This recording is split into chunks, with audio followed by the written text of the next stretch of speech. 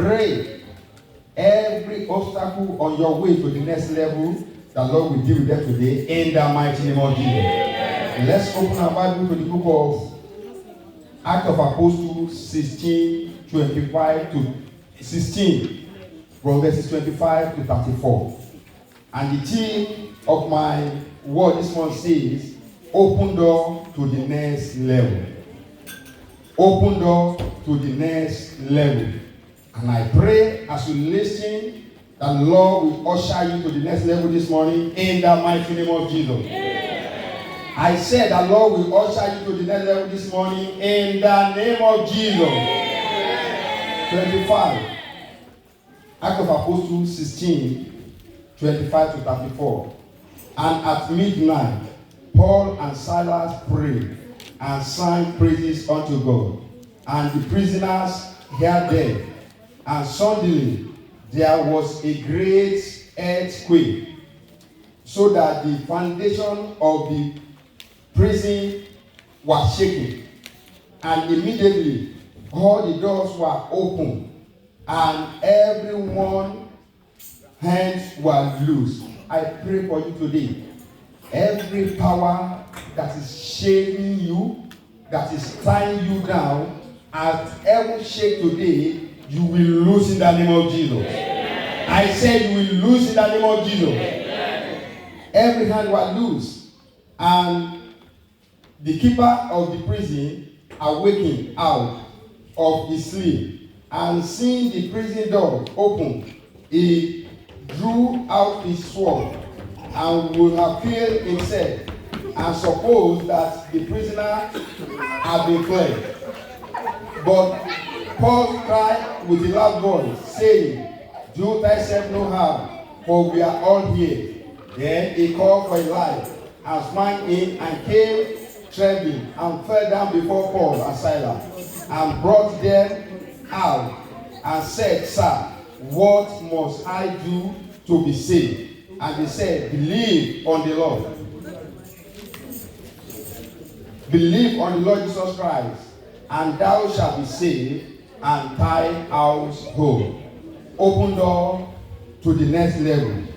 An open door can be described as an escape route from one challenges to a new door of opportunity. If a door is closing against one, there's tendency for you not to know what is happening outside. Likewise, a spiritual door can be closed against a child of God if care is not taken. In this particular Bible passage that we just read, we discover that Paul and Silas are preaching the gospel. But because there are some people in that country that are not well informed, they did not understand the mystery in the gospel of our Lord Jesus Christ, and they conspired together, they decided to put them in the prison in order to disturb them, in order to delay them from moving to the next level. But guess what? Every plan and attempt of the enemy now become according to the extent that God now elevated. There's one thing about open door. If you want door to open for you, you need to root yourself in the activity of God. You need to be deeply involved in the things of God before God can minister to you, before God can allow himself to rule in your own affair. And the one thing about door is that there's 4 ways through which door can open. Number 1 is that a door can open if you have the right key. If you have the right key, you can open a door. Number 2, the door can open on its own accord. Like in the case of Paul and Silas, they begin to pray and sing unto God, and the door opened on its own accord. That is a great door of opportunity. Meaning, if you are really, if you allow yourself to be used by God, the door that you don't even expect will just open for you without you forcing yourself on its own accord. Another way through which door can be opened, if it stands as an illustration to you, is that a door can be lifted up. According to the book of Psalm 24, verses 7 to 9. He said, you can lift up a door. He said, lift up your head, all ye gates, so that it can be lifted up, ye all the everlasting door. What is this everlasting door? He said, the King of glory. Meaning a door can be lifted up with the power of God. That is why, as a child of God, you must not joke with your spiritual life. You must not joke with anything that has to do with activities of God. Always make sure that you are rooted in the work of God. Paul and Silas, the enemy wanted to defeat them, the enemy wanted to put them into shame. But because of the power of God upon their life, and they were found at the right place at the right time, the door opened on its own accord. I don't know the door of good thing that have been shut against you today. The Lord will open it for you in the mighty name of Jesus. Amen. I said the Lord will open it for you in the mighty name of Jesus. Amen. Number 4, you can force the door to open. If a door refuses to open for you, you can force the door to open. How can you force the door to open? By praying. You need to cultivate a habit of praying. The Bible says, pray without ceasing. It is a pity that we only pray when God does something that is good for us.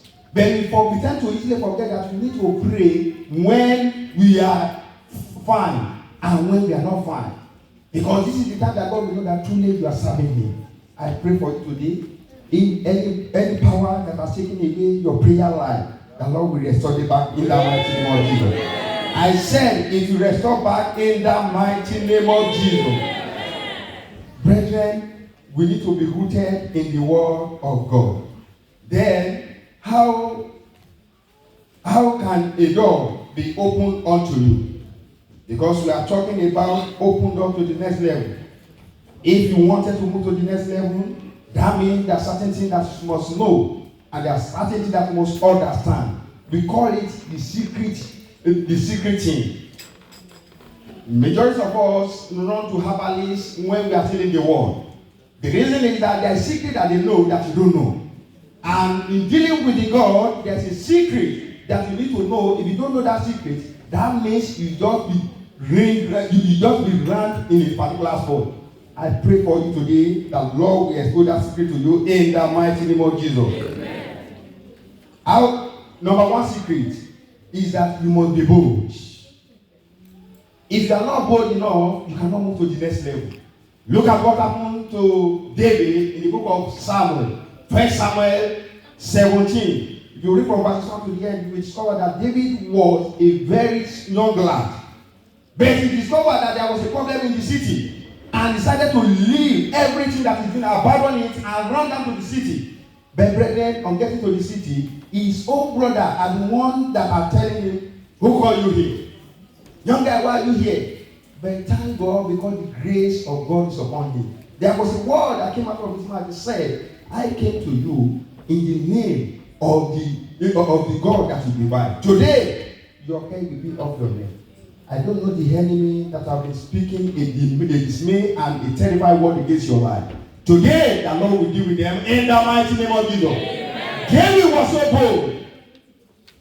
He did not afraid of Goliath. Even when he wanted to interrogate him, he said, even though maybe you don't know why I was busy tending my father's sheep, a lion came. I did what?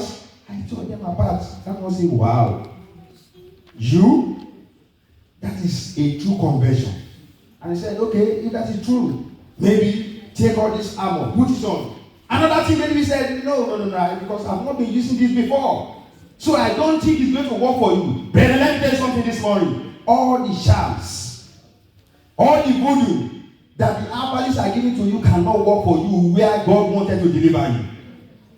You need to understand the difference between the power of God and the power of the darkness. It can never work for you if truly you want God to work for you. And then let me tell you something another thing you don't understand that majority of us that call ourselves the Son of God don't really understand our position in God. That's why we are still running running to a lesser God. I pray for you today that Lord will deliver you. I said that Lord will deliver you. David came in contact with Goliath. He did not afraid, he was so bold. He said, and look at what happened. Ordinary stealing and false soul. What is that in your hand? What is that in your pockets? What is that thing that God has deposited inside of you that you are allowed that you are allowed to be rotten away? That you don't make use of? Look at that small thing, just one stone. And immediately, Goliath came down flat. I pray for you today.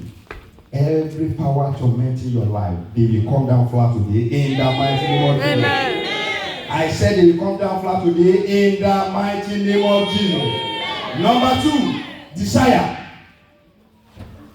According to the book of Psalm 37, verse 4 to 5, you must desire to move to the next level. You must hate your present position with perfect hatred. You are in the light. You have nothing doing with darkness. If you are still lagging behind, you are operating in the valley. That means you have not changed your mind. You have not made up your mind to come out. You must desire good things in your heart. As man thinketh in his head, so shall he be. Whatever you are thinking right there when you are sitting down there, God is there with you. That was the reason I used to look at people when they are in the presence of God. That was the time to be busy doing another thing. If you wanted to spend 5 minutes in the presence of God, let's be quality 5 minutes. It's better for you not to come to the presence of God than come to the presence of God and allow your mind to be taken. Number 3 is prayer. Paul and Silas prayed, and their prayer shook the foundation of the prison. And immediately, what happened? The door opened. Every door of opportunity that has been closing against your destiny, they will open today in the mighty name of Jesus. I said they will open today in the mighty name of Jesus. Number 4, use your talents. Use your gifts. Use your mouth. Use your mouth to communicate good things. If David did not open his mouth to tell king that, look, why I was far away in the bush, this is what happened to me. That is a good conversion, a good testimony. Look at the people that came out this morning, they shared testimony concerning the good thing that the Lord has done for them. When was the last time that you shared good news concerning what the Lord has done for you? When was the last time you stand in the presence of the conviction of the children of God and said, Lord, this is what God has done for me? Don't you know if you are able to come out and convey what the Lord is going to boost and increase the faith of others? Brethren, we should not be ignorant. Number 5, faith. You must have faith in the one that is going to take you to the next level. If you still rely on your own understanding, if you rely on your own wisdom, you are going nowhere. I pray today that Lord will give us the grace to completely rely on Him in the mighty name of Jesus. I said the Lord will give us the grace to completely rely on Him in the mighty name of Jesus. Faith means believing God promises, trust in His faithfulness, and rely on God. Mark 11:24. Number 6, walking with God. Walking with God meaning you must have a constant fellowship with your Maker. You must always create time for your Maker. If you do not rely on any other one or any other God, you must constantly have fellowship with Him. Pray with Him. Commune with Him. Invite Him to your abode. Tell Him where you are going. Tell Him where you are coming from. Tell Him what is your next level. Tell Him what you intend to do in that place. Tell Him the purpose of calling upon Him day and night. And He will surely answer you. I pray that Lord will bless us in the mighty name of Jesus. Now that you know that we are moving to the next level, how can we maintain our position at the next level? There is something for you to desire moving to the next level. Some people have decide to do something because on getting to that level, they want people to know that yes, truly they have arrived. As a child of God, that must not be your own position. As a child of God, your next level must be a way that you are going to impact positively on others. It must be a place where people will see you and reverend God and say, oh, this guy, this man is a Christ-like. It's a place where people will see you and truly they will know that the whole man inside of you has already gone. How can I maintain my position at the next level? Number one, trust God and do good. Some people, when they are being given the position or the power of authority, that is when you see their true color. That is where the ego will set in. If they have been talking to you before, they are saying, sir, that time they say, don't you know I'm the boss? If God, what you don't really understand is that God can decide to put you there temporarily. And if you don't do good, He can decide to remove you. If not so, let me ask you a question. As we are sitting down here now, all of us are aspired to make sure that we are great. We are greater than our parents. Why is it so? It's because the level at which our parents are now, we wanted to surpass them. But that doesn't mean that if you are in that position, you must disrespect your parents. So if you cannot disrespect your parents, it does not really matter your position in life. Why are you despise all the people under you? Why do you subject them to another level of depression? Why do you allow somebody that is working with you, that is with you, cry because of the bad thing that you have done for him? The Lord will help us in the mighty name of Jesus. Number two, be thankful unto God. Always give thanks to God that, Lord, you are the one that gave me the position. Look at what David, look at what Joseph did. In that position, he still recognized his enemy. Even though they did not know him, he said, these are my family. He do good unto them. I pray that Lord will give us a heart of doing good always in the mighty name of Jesus. Number three. Okay, I've made mention of number three. Number three, be faithful. Be faithful. Let's write down this Bible passage, Isaiah 25 verse 1. Galatians 5, 22 to 23. Be faithful in all things. When they give you higher responsibility, be faithful. Some people, when they are still ordinary worker and when they are ordinary member, they be active, they be faithful. Immediately they are being promoted to be in workers in training, or they have become a minister. That is when in fact, they will not function, they will not even make themselves relevant in the things of God. We must be faithful in what God committed in our hand. Number 4, you must bridle your tongue. Position of next level is not a bridle your tongue. You must watch what will come out of your mouth. That must not be an opportunity for you to just speak carelessly. Look at David. He said, when he has the opportunity of killing Saul, he said, how will I do this to anointed man of God? He has seen opportunity of revenge of his enemy, but he chose to remember God. He chose to remember the one that gave him that opportunity, that did not allow Saul to kill him.